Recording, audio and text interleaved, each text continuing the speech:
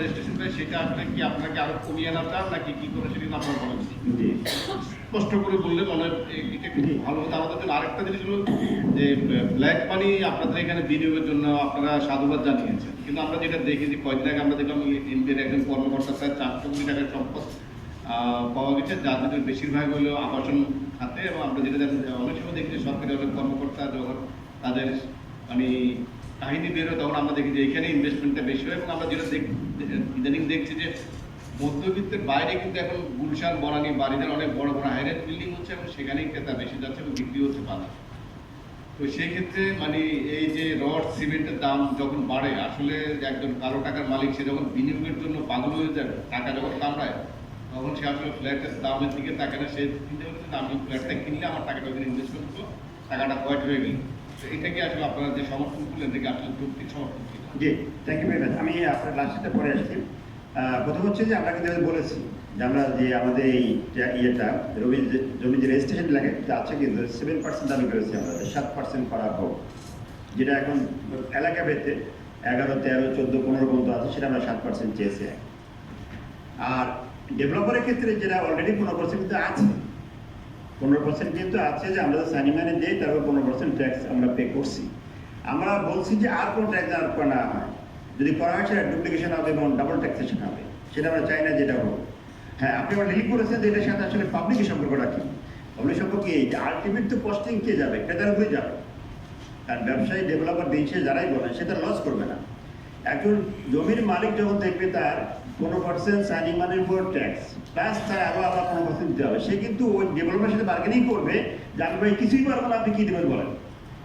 তো ডেভেলপার তো চলবেই, সেটা ওটা নিয়েই কিন্তু কস্টিং করবে। আলটিমেটলি কী হচ্ছে, স্কোয়ার ফিটের দাম বেড়ে যাচ্ছে, তো আলটিমেটলি কিন্তু জনগণের কাছে তাদের ক্রয় ক্ষমতা বাইরে চলে যাবে। এটা সেজন্য বলেছে যদি এটা যেটা এসেন্সিয়াল সেক্টর, আবাসন সেক্টর, এই জায়গাটা যদি কোনোভাবেই সরকার নতুন করে আর কোনো ট্যাক্স আর না করে। এক এরপর আপনি বলছেন লাস্ট কথা হোয়াইট ম্যানের কথা বলেছেন। আমি যদি আপনাকে উল্টা কোশ্চেন করি, আপনার মিডিয়ার কর্মী যারা আছে, আচ্ছা ব্ল্যাক মানি আপনি হোয়াইট করলেন না, তাহলে কী হবে টাকাটা? যে টাকাটা বালিশের নিচে আছে, যে টাকাটা আপনি ডয়ারে আছে, যে টাকাটা আলমিরা আছে, আপনি শুধু দিলেন না, তাহলে কী হবে বলেন? হ্যাঁ না না, আর একটা বেতন করা হবে। আপনি একটু আমি লেফটি ফিনিশ আপনি দেখেন না, আমি আসছি, আমি আপনার কথাও আসবে, আমি আসবো। আমি বলছি যে আপনি শুধু দিলেন না, ঠিক আছে মানলাম, কিন্তু তাহলে অবস্থাটা কী হবে? আমরা কিন্তু একবার আমি বিশেষ করে 24শে জুলাই অভ্যুত্থানের পরে একটা প্রস্তাব দিয়েছিলাম যে একটা কাজ করেন, যে 3 দিন সময় দিয়ে সমস্ত 1500 টাকার নোটটা বাতিল করে দেন, নতুন নোট ছাপান। ওই গভর্নমেন্ট করে নেই, কিন্তু সেই টাকা যদি করা হতো আইডি একটা ব্যাংকে জমা হতো, নাহলে কি হতো বলেন, আপনার মিডিয়া করে আপনারা বলেন, তাকে ব্যাংকে জমা দিতে হতো, নাহলে রান্না করে খাওয়া লাগতো। কারণ ওটা তো পরের দিন কাজ লাগবে না, 3 দিন পরে কাজ লাগবে না। এটা কিন্তু ইন্ডিয়া করা হয়েছিল, আপনার জানা আছে, সেটা কিন্তু করা হয়নি। তাহলে এই যে ব্ল্যাক মানি আপনি যদি বের করার সুযোগ না দেন, তাহলে তো এটা আলটিমেটলি দেশের বাইরে চলে যাবে। এবং এখন যে বেগমগঞ্জ আছে ভবিষ্যতে কিন্তু আরো অনেক গঞ্জ তৈরি হবে। তা আমরা চাচ্ছি বেগমগঞ্জ তৈরি না হয়ে দেশের টাকা দেশেই থাকুক, এবং গভর্নমেন্ট সেখানে একেবারে বিনা শর্তে তাকে ট্যাক্স পে করতে হচ্ছে, যে ট্যাক্স পে করে সেইটাকে আমাদের মূল ধারায় ফিরে আসতে পারে। তো সেই জায়গা থেকে আমরা সাপোর্ট করছি। আর আপনি যেটা বলছেন নৈতিকভাবে একজন ট্যাক্স দিচ্ছে, একজন দিচ্ছে না, দুটোর পার্থক্য কি? আসলে ট্যাক্স দেওয়া না দেওয়ার মধ্যে দিয়ে কিন্তু ব্ল্যাক মানি তৈরি সব জায়গাতে আনে। এখানে অবৈধ মানি আছে, অন্যায় মানি আছে, চাঁদাবাদের মানি আছে, অনেক ধরনের মানি আছে, কিন্তু আপনি জানেন সেই টাকাটা মূল ধারায় ফিরে আসবে, এই বিষয়টা আপনাদের মাথায় রাখতে হবে। সেই কারণে আমরা বলেছি যে এটা যদি মূল ধারায় আনা যায় তাহলে দেশের অর্থনীতির জন্য ভালো হবে। এই যে মাননীয় প্রধানমন্ত্রী যে উদ্যোগটা নিয়েছেন, যদি আমি বলবো যেটা আসলে বিগত কয়েকটা সরকার নিতে যেয়ে থেমে গেছে। আমি মাননীয় প্রধানমন্ত্রী ধন্যবাদ জানাই যে উনি অত্যন্ত সাহসী উদ্যোগ নিয়েছেন যে ওই ভেতরের মানিগুলো বেরিয়ে আমাদের ব্যবসায় মূল ধারায় ফিরে আসুন। আমি বলবো যে মাননীয় প্রধানমন্ত্রী ভালো কাজ করেছেন।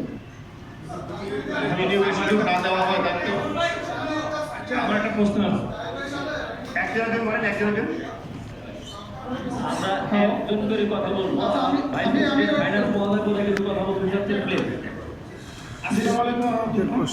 আমি একটু একটা বিষয় ক্লিয়ার করে দিলাম। ব্ল্যাক মানি আর অপ্রতিষ্ঠিত অর্থ দুটো কিন্তু দুই জিনিস।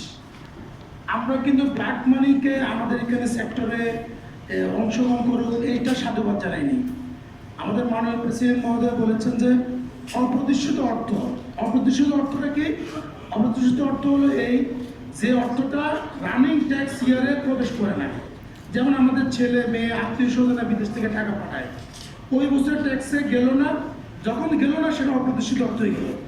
একটা প্লট আমরা যখন 1 কোটি টাকা দিয়ে কিনি, 40 লাখ টাকা মূল্য মূল্যে আমরা রেজিস্ট্রেশন করি, তাহলে বাকি 60 লাখ টাকার অপ্রত্যাশিত অর্থ হয়ে গেল। আমরা কিন্তু রিহা বরাবরই একেবারে প্রথম থেকে এ পর্যন্ত কিন্তু অপ্রত্যাশিত অর্থ বিনিয়োগের সুযোগ রাখাকে সাবধান জানিয়েছি। কিন্তু আমরা ব্ল্যাক মানি আর অপ্রত্যাশিত অর্থ দুটাকে যদি আমরা এক করে ফেলি, তাহলে কিন্তু সেটা আমাদের দেশের জন্য সামগ্রিকভাবে অর্থটা মিলে না। আমরা ব্ল্যাক মানি বলতে যেটা চাঁদাবাজি, মাস্তানি, বিভিন্ন ধরনের, আমরা সেই অর্থ আমাদের এই সেক্টরে আসুক সেটা আমরা চাই না। আমরা এই দেশেরই নাগরিক, আমরা এই দেশেরই সন্তান, এদেশে ব্যবসা করি। অতএব আমাদের কিন্তু অপ্রত্যাশিত অর্থ আমাদের সেক্টরে বিনিয়োগটাই চাই, ব্ল্যাক মানি না। এটাকে আপনাদের কাছে একটু ক্লিয়ার করার জন্য অনুরোধ করি। অপ্রত্যাশিত টাকাটা যাতে কমে, আমি একজন করে বললে কথাটা শুনতে আচ্ছা, আমি ডেইলি সানে আছি। আপনি বলেন যে অপ্রত্যাশিত টাকা পালিশের নিচে রাখলে ইত্যাদি করে বলেন, কিন্তু সরকার এই অপ্রত্যাশিত টাকাটা কমানোর জন্য এখন মৌজা ভ্যালুটাকে অ্যাডজাস্ট করতে যাচ্ছে, মানে বাড়াতে যাচ্ছে। তাহলে এই অপ্রত্যাশিত টাকার পরিমাণটা কমবে কিনা বা কিরকম কমতে পারে একটা। আরেকটা বিষয় হলো বছরে কি পরিমাণ ফ্ল্যাট এখন বেচা কেনা হয়, যদি এটা একটু বলতেন। আরেকটা বিষয় হলো যে 2030 সালে তো আমরা এসডিজি অর্জন করব, সেখানে 11 নম্বরে বলা আছে যে অ্যাফোর্ডেবল হাউজিং এর কথা। তো এইটা অর্জনের ক্ষেত্রে এই বাজেটে কতটা বাধা বলে মনে করেন আপনারা? Thank you so much. আচ্ছা, রফিক ভাইয়ের সাথে আরেকটা প্রশ্ন আপনি নিয়ে রেজিস্ট্রেশন ব্যয় কমানোর কথা বলছেন, কিন্তু যদি কর কমে তাহলে তো সরকার রাজস্ব হারাবে। তো এই ক্ষেত্রে একটু যদি ব্যাখ্যা করেন। আর আরেকটা, এনবিআর কে আপনারা অনেকগুলো প্রস্তাব দিয়েছিলেন, যেখানে অনেক প্রস্তাবে আপনাদের আসেনি। আসলে কোন প্রধান প্রস্তাবগুলো আপনাদের উপেক্ষিত হয়েছে প্রস্তাবিত বাজেটে? আসলে আমাদের প্রস্তাব তো আমরা যেটা দিয়েছি একটা অর্ডিন্যান্স বলবো, আমরা শুধু এই যে অপ্রদর্শিত বিষয়টা আসছে, আমি যদি এটি ব্যাখ্যা দিয়ে বলি যে অপ্রদর্শিত অর্থ তো এনবিআর নিজেই ক্রিয়েট করতেছে, এনবিআর ইটসেলফ, সরকার ইটসেলফ ক্রিয়েট করতেছে। কিভাবে? অলরেডি কিন্তু আমার ফাইন্যান্স ভাইস প্রেসিডেন্ট ফাইন্যান্স বলেছেন, সেটা হচ্ছে যে একটা ফ্ল্যাট যখন আপনি 2.5 কোটি টাকা কিনলেন, রাষ্ট্রের একটা স্কোয়ার ফিটের নির্ধারিত মূল্য আছে, জমির একটা শতাংশক্তি রাষ্ট্রের মধ্যে মৌজামিক মূল্য আছে। এখন এই মূল্যটা রেজিস্ট্রি করে 2.5 কোটি টাকার জমি কিন্তু 50 লাখ টাকা রেজিস্ট্রি হয়ে যাচ্ছে। এটা রাষ্ট্র আইনের মধ্যেই কিন্তু কাঠামোর মধ্যে হয়ে যাচ্ছে। তা আমি যে বিক্রেতা, আমি যে টাকা রিসিভ করেছি 2.5 কোটি, তাহলে 2 কোটি কি হলো? It's not black money. আমরা তো বলছি যে ইটস অপ্রদর্শিত হয়ে গেল। আমাদের বক্তব্য হচ্ছে যে আপনি এখন 2.5 কোটি টাকাতে আপনি যে ট্যাক্স নিচ্ছেন, 2.5 কোটি রেজিস্ট্রির পরিবর্তে 50 লক্ষ টাকা ট্যাক্স হচ্ছে, আপনি 15% কত পাচ্ছেন? 7.5 লাখ টাকা। আপনি এটা 3% করেন, 2.5 কোটি টাকা রেজিস্ট্রি করেন, আপনি কিন্তু ট্যাক্স কমবে না, ট্যাক্স একই পাবেন। আমরা 3ও বললে, আমরা তখন বলছিলাম 4। এখানে লিখিত আমরা সহনশীল করার জন্য 7 বলেছি, যে হঠাৎ করে 15 থেকে 3-4 এসে পাগল বলবে, কিন্তু আসলে কিন্তু 4 করেও সম্ভব। হয়তো বলতে পারেন যে সেখানে ফাঁকি দেওয়া। দেখেন, রাষ্ট্রের সবাই সব কিছু জানে, কোন জায়গার জমির স্কোয়ার ফিট কত, শতাংশটি মূল্য কত, কোন জায়গার স্কোয়ার ফিট মূল্য কত, এরপরে সাবলিস্টটা নিজেও জানে, কিন্তু আইনের ভাগ দিয়ে সবাই সুবিধাটা পায়। আমরা চাই সবাই সুবিধা, রাষ্ট্র সুবিধাটা পায়। আপনি যদি 2.5 কোটি টাকা ফ্ল্যাটটা 2.5 কোটি রেজিস্ট্রি করেন এবং 4% ট্যাক্স নেন, তাহলে আপনি পাচ্ছেন কত? 10 লাখ টাকা। আগে পাচ্ছেন কত? 7.5 লাখ টাকা, নিতেন 15%। তাহলে আপনি যখনই ডিক্লারেশন দেবেন যে আমরা 15% ট্যাক্সটাকে, রেজিস্ট্রেশন খরচটাকে 4% নিয়ে আসলাম, তাহলে কি রাষ্ট্র ভাবা পাবো না? মাননীয় অর্থমন্ত্রী, মাননীয় প্রধানমন্ত্রী, সে সবাই ভাবা পাবে। কিন্তু রাষ্ট্রের ট্যাক্স যদি একটু কমবে না। রাষ্ট্র জোর দেবে কোন জায়গায়? সেটা হচ্ছে যে টাকায় কেনা বেচা হবে সেই টাকাটা রেজিস্ট্রি করতে হবে। তাহলে সুবিধা হচ্ছে কি, রাষ্ট্র ট্যাক্সও ঠিকই পাবে, বেশি পাবে, আর হচ্ছে অপ্রদর্শিত অর্থ তৈরির যে উৎসটা, এই উৎসটা বন্ধ হয়ে যাবে। আমার একটা ক্লারিফিকেশন আছে মাননীয় প্রেসিডেন্ট।